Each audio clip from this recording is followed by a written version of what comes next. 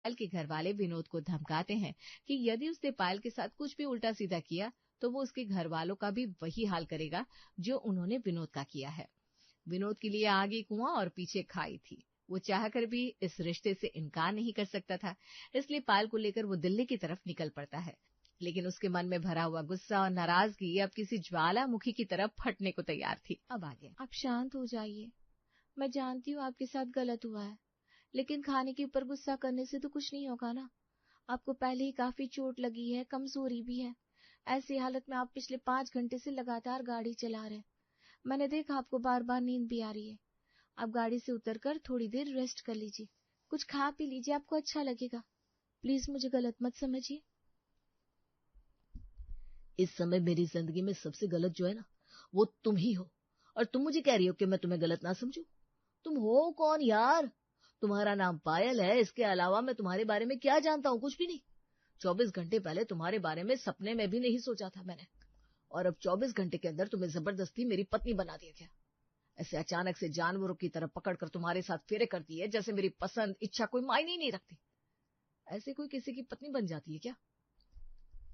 और अब तो तुम सीधी सादी भारतीय नारी बनकर दिखा रही हो। ऐसे किसी सड़क चलते आदमी के साथ शादी करने को तैयार होगी तुम? ये किस तरह की सोसाइटी है जिसमें कोई अनजान लड़का हाथ भी पकड़ ले तो लोगों की इज्जत पर बात आ जाती है, और अभी मेरे जैसे अनजान आदमी के साथ फेरे कराकर सारी जिंदगी के लिए अपनी बेटी को विदा कर दिया।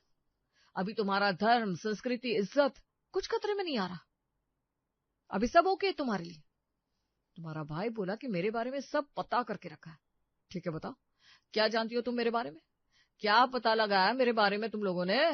बस यही ना कि मैं दिल्ली में नौकरी करता हूँ, 1 लाख रुपया महीने कमाता हूँ। क्या सिर्फ इतना ही काफी है किसी के साथ जिंदगी बिताने के लिए?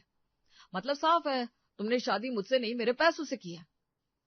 देखिए, आपको गुस्सा होने का पूरा अधिकार है। अपने परिवार के किए हुए किसी भी काम को सही नहीं ठहरा रही हूं मैं।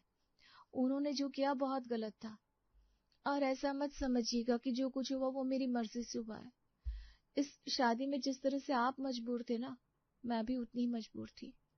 लेकिन अब जो हो गया सो हो गया, हम उसे बदल तो नहीं सकते ना। अरे तुम्हारे साथ मैं बात ही क्यों कर रहा हूँ? तुम्हें पता है तुम्हारी शक्ल, तुम्हारे नाम से भी नफरत है मुझे। और ये बेचारी बनने का नाटक मत करो मेरे सामने, गुस्से में सर फट जाएगा मेरा। मैं समझ सकती हूँ इस समय आप कैसी मानसिक स्थिति से गुजर रहे हैं। इस समय शायद आपको कुछ भी समझाना संभव नहीं है। आप कुछ भी सोचने समझने की हालत में नहीं है। शायद इस समय मेरा चुप रहना ही बेहतर होगा, लेकिन मैं पूरी कोशिश करूंगी कि अपने प्यार से मैं आपका दिल जीत सकूं। तुम्हारा भाषण हो गया हो तो